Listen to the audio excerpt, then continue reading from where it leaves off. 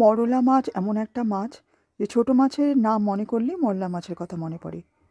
মোরলা মাছের বাটি চচ্চড়ি করার জন্য মোরলা মাছ ভালো করে ধুয়ে নুন, হলুদ, সর্ষের তেল, অনেকখানি পেঁয়াজ কুচি দিয়ে মেখে রেখে দিয়েছি।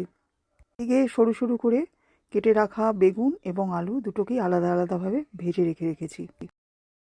কড়াই ভালো করে তেল গরম করে মেখে রাখা মাছ দিয়ে দিলাম।